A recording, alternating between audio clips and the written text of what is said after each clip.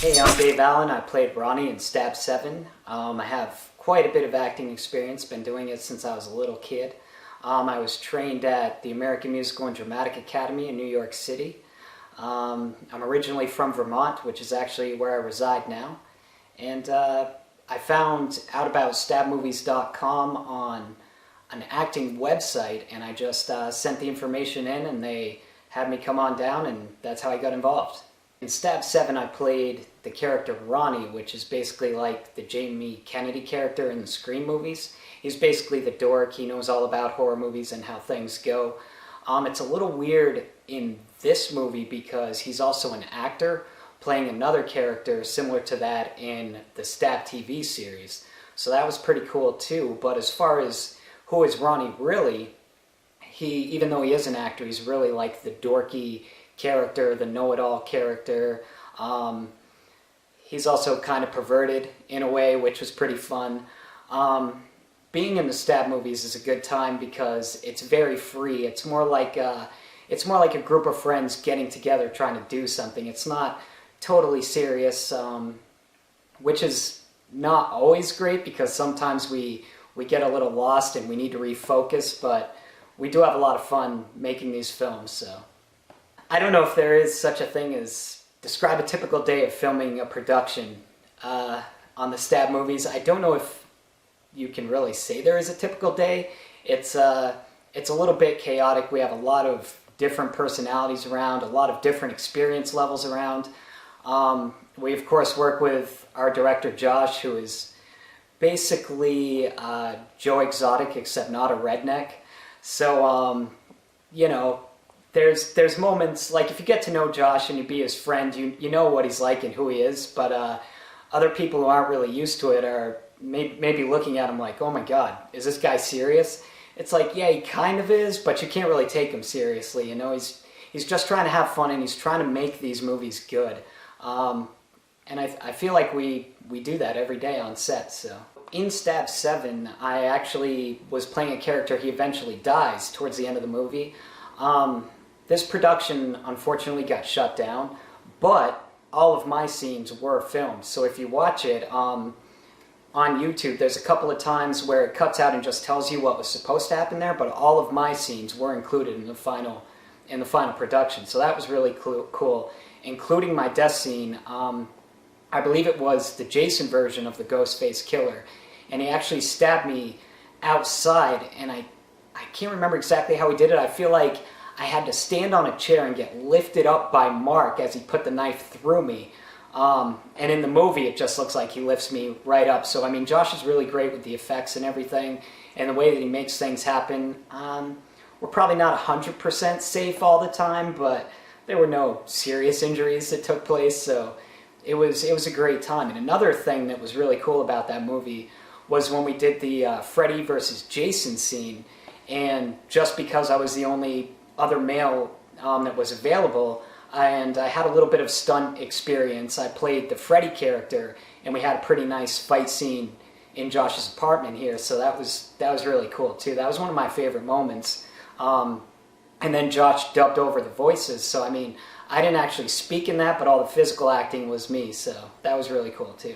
So as far as what I just said about we weren't entirely safe, so Josh, a little bit behind the scenes here, Josh set up a fake table. It was actually cardboard boxes with like a tablecloth over it, but it was supposed to look like I was getting thrown through a table, and Mark, who's obviously bigger and stronger than the rest of us, was the guy that lifts me up and throws me through the table. Well, one of the times he kind of missed, so like the corner of the box caught me in my back.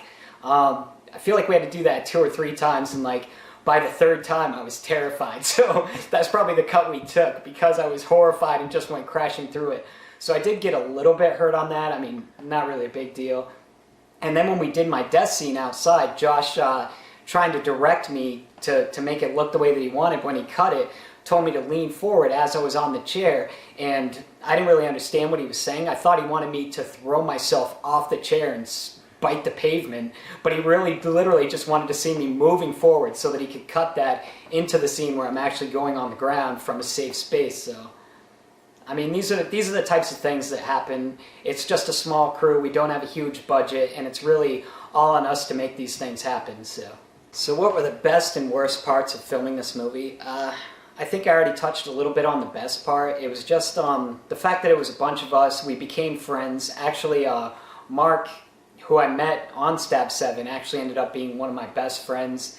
And Josh would set us up with a place to stay for the weekend, and we would just get together and go to work. We would hang out in between scenes and get to know each other. So we really got close, and I think the relationships that we built through making these movies was one of the best parts. I also, like I said, I really loved that scene that we did with the fight between Freddy and Jason. That was probably my favorite part of filming in Stab 7, even though, I also enjoyed my character, Ronnie, with the lines and everything, and he was really funny. But still, that was a scene that I'll always remember because I've never really done anything like that before, so I really enjoyed that. But to tell you what is the worst part, it's the people... Now, I know that we're all coming out here and we're doing this voluntarily, but it's like we made a commitment to do this movie, and there's so many people that want this thing to end and want it to be good, and we trust each other to be there, and there were just constant times that an actor or actress made some lame excuse why they couldn't be there, or just straight up quit the production in the middle, and that just, it's like super selfish, and they didn't think about everybody else. I mean, we have a bunch of fans waiting for us to get this out, and we have deadlines, and so many of us that put so much into it, and every time that they did that, we had to rewrite scripts or reshoot scenes, and it's, in a couple of cases, we couldn't even finish the films because it got so messy. So I feel like that was the bad part, is we had these people coming in thinking that they knew what they were getting into. It was a commitment. They weren't getting paid for it. It wasn't the same as showing up to a Hollywood production or whatever, but to still walk away before they finished their parts, I mean, that was horrible. And so my advice to you, if you're going to be a part of one of these or any production, if you sign up for it, just do your part and finish, because you screw so many people over, and it looks bad on you too. We know who you are. When you're watching it, I think it comes together all right, but we actually had to take a huge break in between because of all the things going on with people dropping out and having to rewrite scenes and all that. So we did most of the shooting in the hotel in one weekend, where Mark, Josh, and I stayed out there, and the other characters were coming in and out, and that was really great. But we lost some of them, and Josh was trying the whole time to get people back. If we can just shoot this scene here and that scene there, next thing you know, there's a rewrite and another rewrite. So one day we showed up at Josh's old place, and we filmed outdoors there, and that fit in nicely. And then we came here to Josh's new house, and we filmed the Freddy versus Jason scene here. We did the outdoor scene here. We had Sherry, a friend of mine, come in to try and take over one of the parts. Or actually, Josh wrote it in some weird way that she was like a stunt double or something, just to make more sense than somebody that looked nothing like the original actor.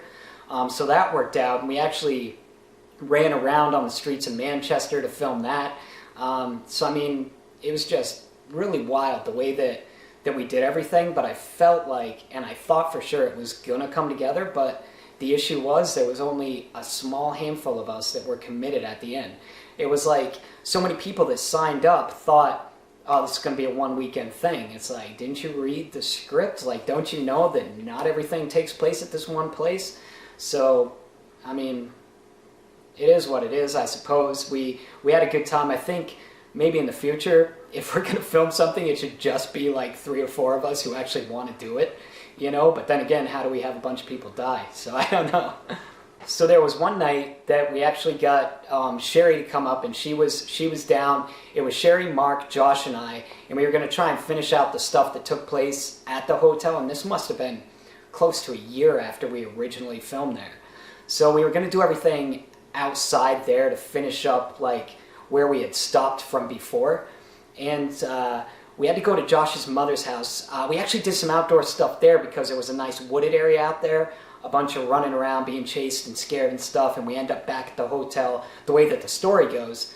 But behind the scenes, we actually parked there, set up shop there, get back in the car, and we're about to leave, and Josh, not knowing it, left the camera on the car, it fell off the car, got run over, the only camera that we were using for the whole movie, and so we actually had to film the rest of the stuff on a phone.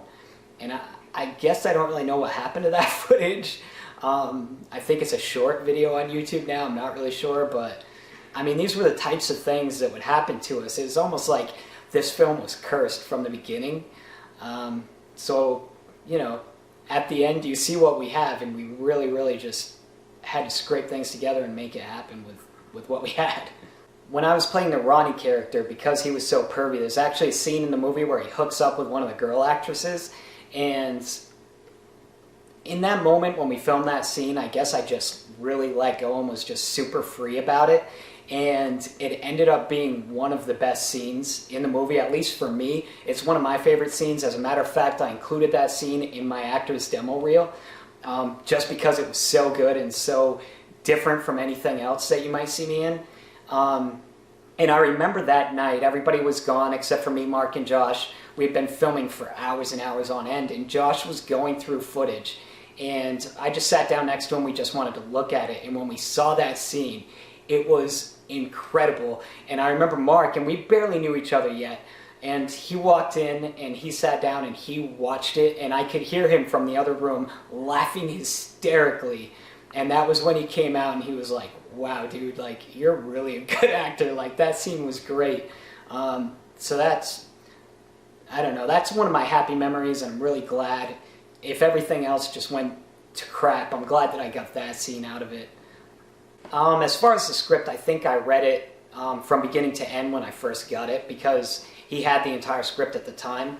And then I knew we were going to spend the weekend in the hotel filming, so I made sure that I went over just the hotel stuff. Like, forget about what happens before or after, worry about the hotel for that weekend. So I remember sitting in there, and Mark was in one of the rooms with a few of the other characters, and they're going over their stuff. And they were all super serious, like, Dave, come on, let's go over this. And I was like, no, guys, I know it. Because I prefer to not over-rehearse. I want to be more free and more real when I'm doing my scene. And Josh really gave us room to ad-lib if we had to. And then I remember we get in front of the camera, action's called, and everybody's sitting there, and there's like crickets chirping because it's my line and I'm not saying it. So it was like, oh wait, maybe I should have gone over these lines because I don't even know what they are or when I'm supposed to talk. So, but as far as the freedom that Josh gives us, I think that's another great thing. I'm not really 100% if a lot of directors are like that or not. I think they are. But in the case of the Stab movies, we really get to bring ourselves into the character. So when I found Ronnie, Josh said that he wrote it based on who he thought I was. So it wasn't really that far off for me to just be Ronnie. You know, it was easy for me to become that character. It was really a matter of learning what is this character talking about at this time, and then I really brought a lot of myself out.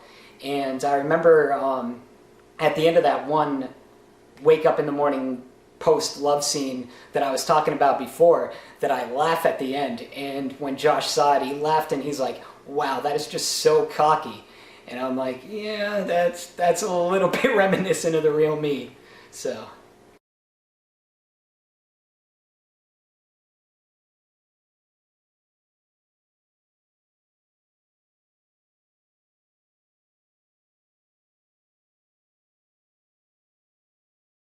Hi, I'm Dave Allen, and I played Troy in the movie Theta. So Theta, actually, when I first read the script from beginning to end, I thought it was really great. It's basically the story of a kid who's gay who finds out that he's dying of cancer. And he's dealt with a lot of homophobia and a lot of just bad things in his life. So since he's only got months left to live, or however long it was, he decides to go on a killing spree with his friends. And I played a frat boy in that movie who was very ambiguously gay, but never admitted it. And to me, that was an incredible character, because I feel like what's natural for me is to be comedic and do a comedic role. So to play that part as if, you know, the character is obviously gay, but he doesn't know it, to me was really a lot of fun. And it turns out by the end of the movie, we never find out if he is or not, but we find out that his macho, like masculine, chauvinistic best friend actually is gay and is in love with him. So that was like a nice twist. The unfortunate thing about Theta, like the only other Stab movie production I've been a part of, was that we had to shut it down before we could finish it with the same deal. People had committed and then dropped out and just everything fell apart. And I mean, I guess people don't realize, you know, this takes a lot of work. Like Josh has everything planned out ahead of time, and his plans are going to work perfectly as long as the people he's counting on can be there and be a part of it. If you say you're going to be there, if you say you want this part and you take the part, then you have to show up. You know, I mean, it took a lot. He had to get locations and spend a lot of money on that type of thing, and people just bailed and, I mean, screwed him over personally, but really screwed the rest of us over, because I feel like this movie had an amazing story. Now, I know that there's a lot of Stab movie fans that were really upset because we got away from the Scream fan film theme that we had been going on, but, you know, there's a lot of things about copyright and stuff, which is why we had to be done with that. And really, there's not any further we could have gone with that. So for Josh to take his own creativity and abilities to try and create something new, something fresh, something original, where it still looks like one of the Stab movies, feels like one of the Stab movies, has similar actors that you might recognize and locations and stuff like that. The fact that it was a completely different story apart from that, that upset a lot of fans, and I didn't really understand that, because it's like, okay, we've evolved now. Now we're going to go and we're going to try and do things completely original. And I feel like this was the perfect film to start on that path. And unfortunately, we were unable to finish it. But from beginning to end, you know, when I read the story, it was a great story. It's almost like, who are you rooting for? Everybody's a little bit of good, a little bit of evil, which is kind of synonymous with humans in general. You know, I mean, we all do good, we all do bad. I mean, well, maybe most of us don't murder a bunch of people, but, you know, it's a movie, so.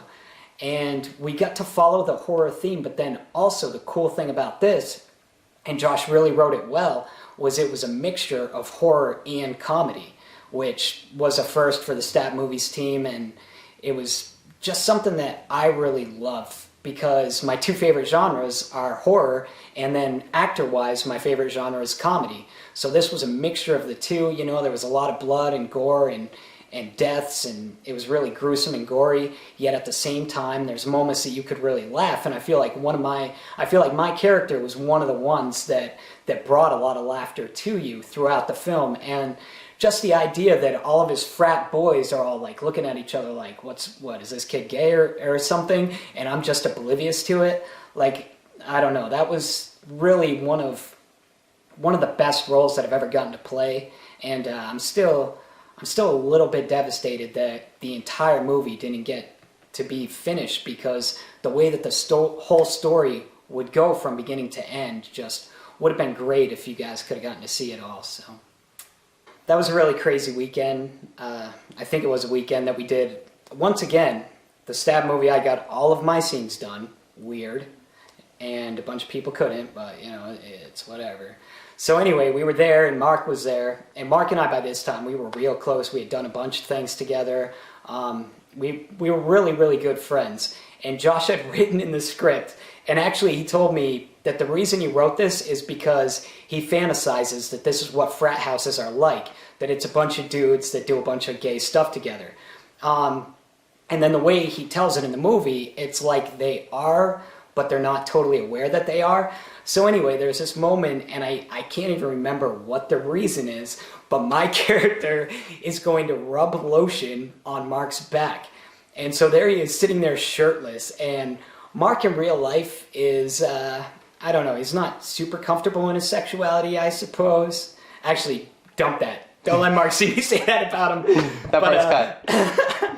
But, so Mark is this dude that, like, I'll do whatever, but he draws the line, and one thing below that line is he doesn't want any gay stuff happening.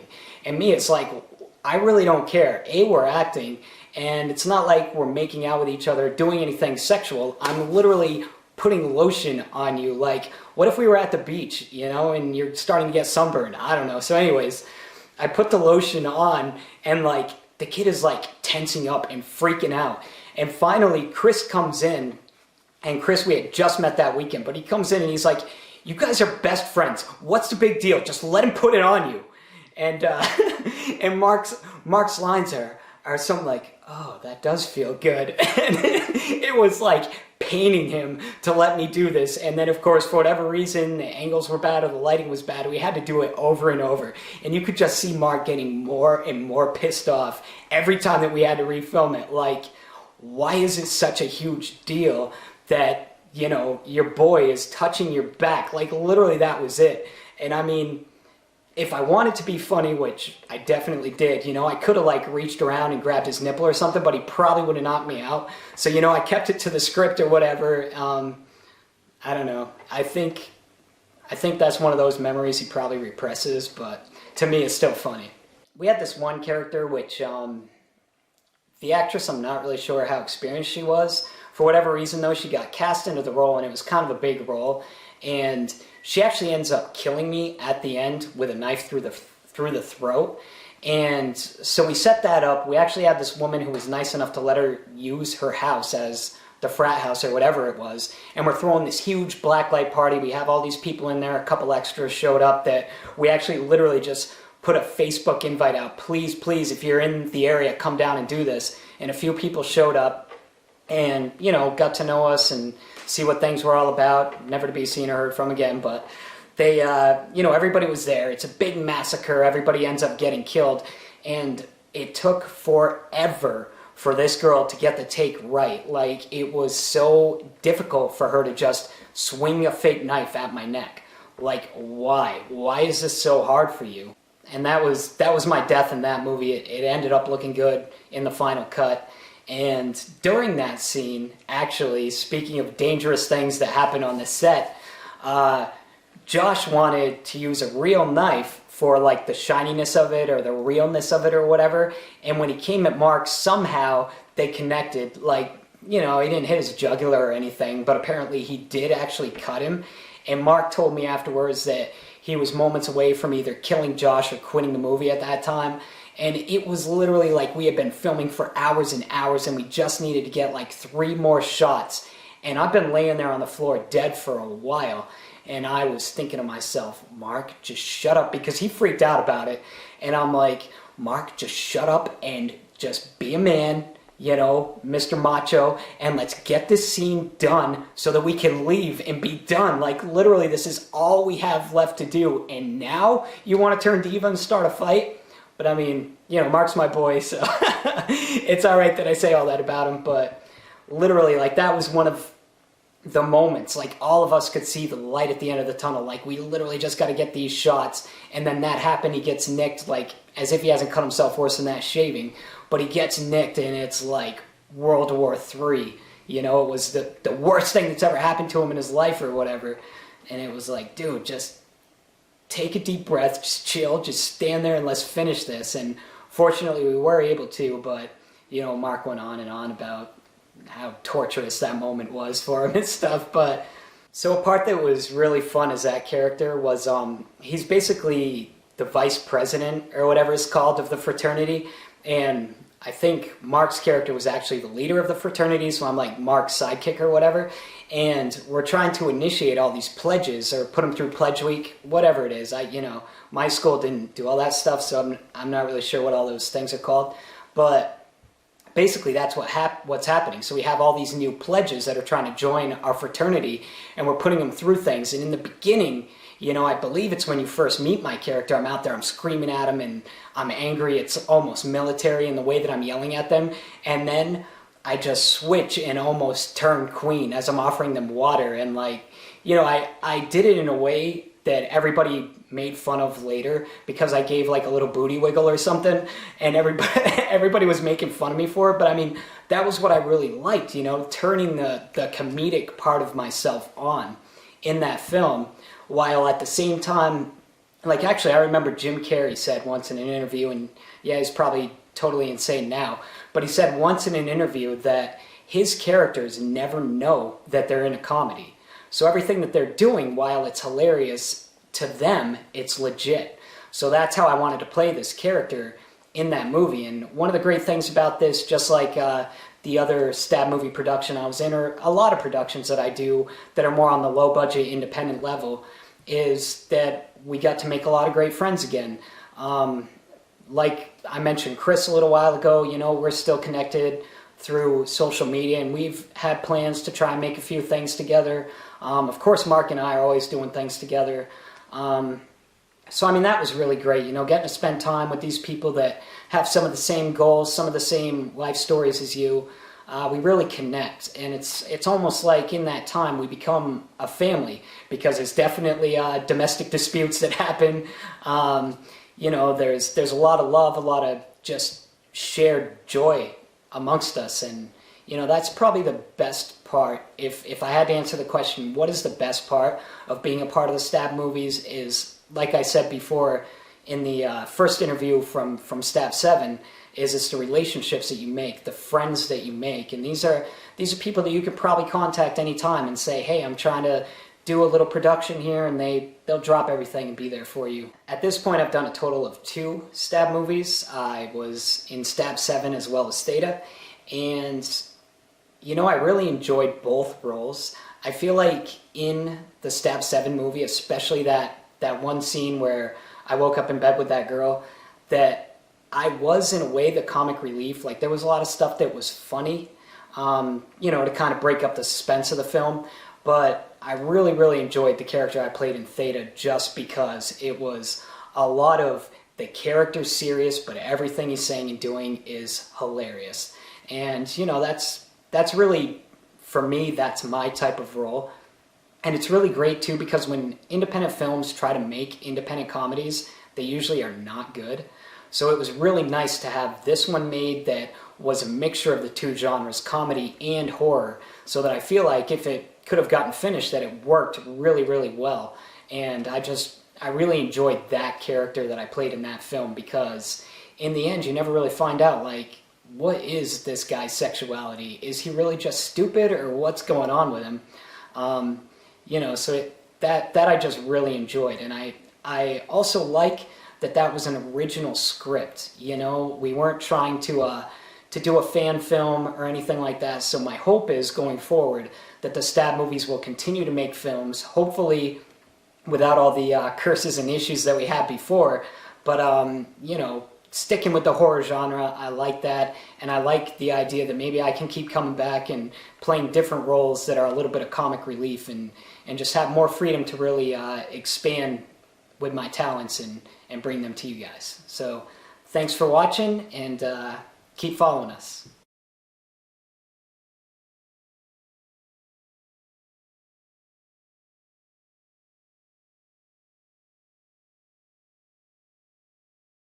Hey, I'm Dave Allen, and I played Brian in Lake House Whisper.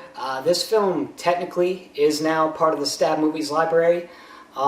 It was originally Mark's production. He wrote the whole thing, he got us the location, he cast everybody through auditions, with the exception of me, just because we were friends. He knew he wanted me in it.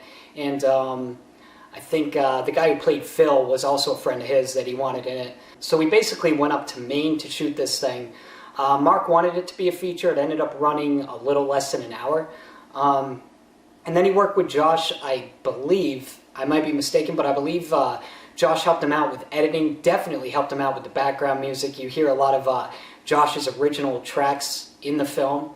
So that worked out. And then just for the sake of how YouTube works and getting views and everything, it ended up getting thrown in to the Stab Movies productions, even though Josh didn't really have anything to do with the actual production of the film, minus a little bit of help afterwards in the post-production part. So this was really Mark Haggett's thing. I think Deadly Sins Productions was what his company's called. And so we went out there, and Mark had written the script, and, you know, he really had a lot of things that he wanted to do. Well, the first thing that he did was he brought food to all of us, not realizing that one of the actresses he cast was a vegetarian. So that was like the first fail. But we got through that. You know, he went and he rebought and stuff, and everything was working out. we actually called in this guy, Ron Young, who's a pretty big deal in the Boston scene because we work all throughout New England. So we got him to come up and play a sketchy character, you know. And I mean, this was definitely different. I feel like the fact that I care about Mark and that we're good friends is what helped make this film happen. That and the fact that we were able to do nearly the entire film at the lake house that Mark happens to have through his family's uncle or something. We got to film the entire movie in one weekend there, and then just a couple of extra scenes that we got finished in one day down in Gloucester, Mass. with Mark. A lot of car stuff and like an outside the apartment scene or something like that.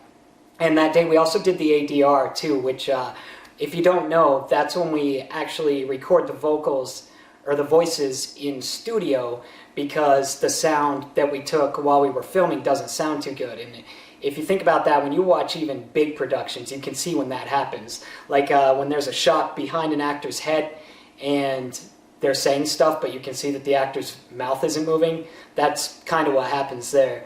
So anyway, this film, it's a good story. It's a really good story. Like, Mark did a great job writing.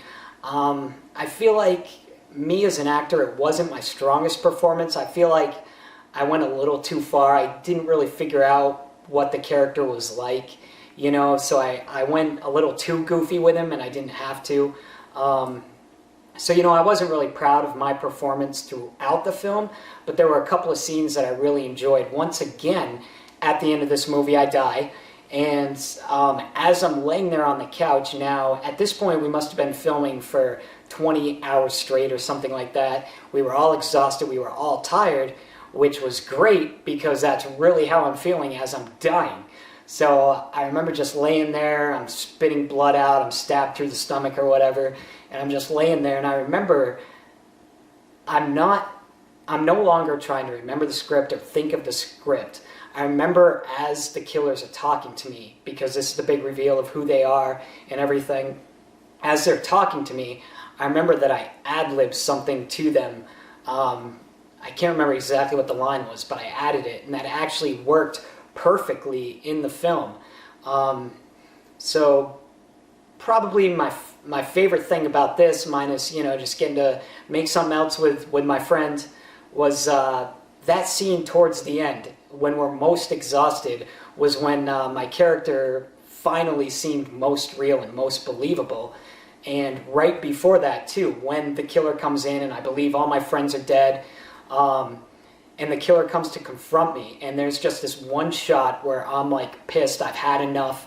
In the movie and in real life, I'm pissed, I've had enough, and I'm ready to just smash the character with like a cribbage board or something stupid like that. And there's a shot, and I remember when we're watching it, because this one did premiere in the movie theater, I remember as I'm watching it, that like 2-second shot, I was like, wow, I'm so badass. But earlier in the film, Mark had accidentally struck the killer with something. Like, the shot was supposed to be, you know, he hits him. Well, Mark really did hit him, and he felt so bad. So here, I'm supposed to swing the cribbage board, and the killer's supposed to stop me. But I was so afraid of hurting him that, like, my swing was super weak. So in the movie, the way that it's edited together, it looks like, wow, super badass, let's go. And then, you know, like I'm super weak all of a sudden. Which, I mean, technically, I don't know. I feel like if Mark hadn't hurt him before, maybe I really would have gone for it, and hopefully he would have been able to stop me. Probably would have. But, you know, I kind of backed it off there a little bit. So that was that film. You know, it was a great job by Mark. It was his first major production, you know, the way that everybody who was cast actually showed up every day to shoot. You know, we had a couple people that helped us out. Greg, who we met earlier on a different film that we did. Mark's brother was helping out a lot. It was great to have Ron come out all the way from Boston. And I'm not sure where the actresses were from, but I know that they traveled a long way. You know, so everybody made the commitment and they stuck it out, and we got through it. Could have been better, but, you know, we had a deadline. We had a time limit. We weren't able to reshoot a lot of scenes. So, you know, it is what it is. It ended up coming out pretty good. I wish I could have done a couple of my scenes over, but all in all, it was a good production.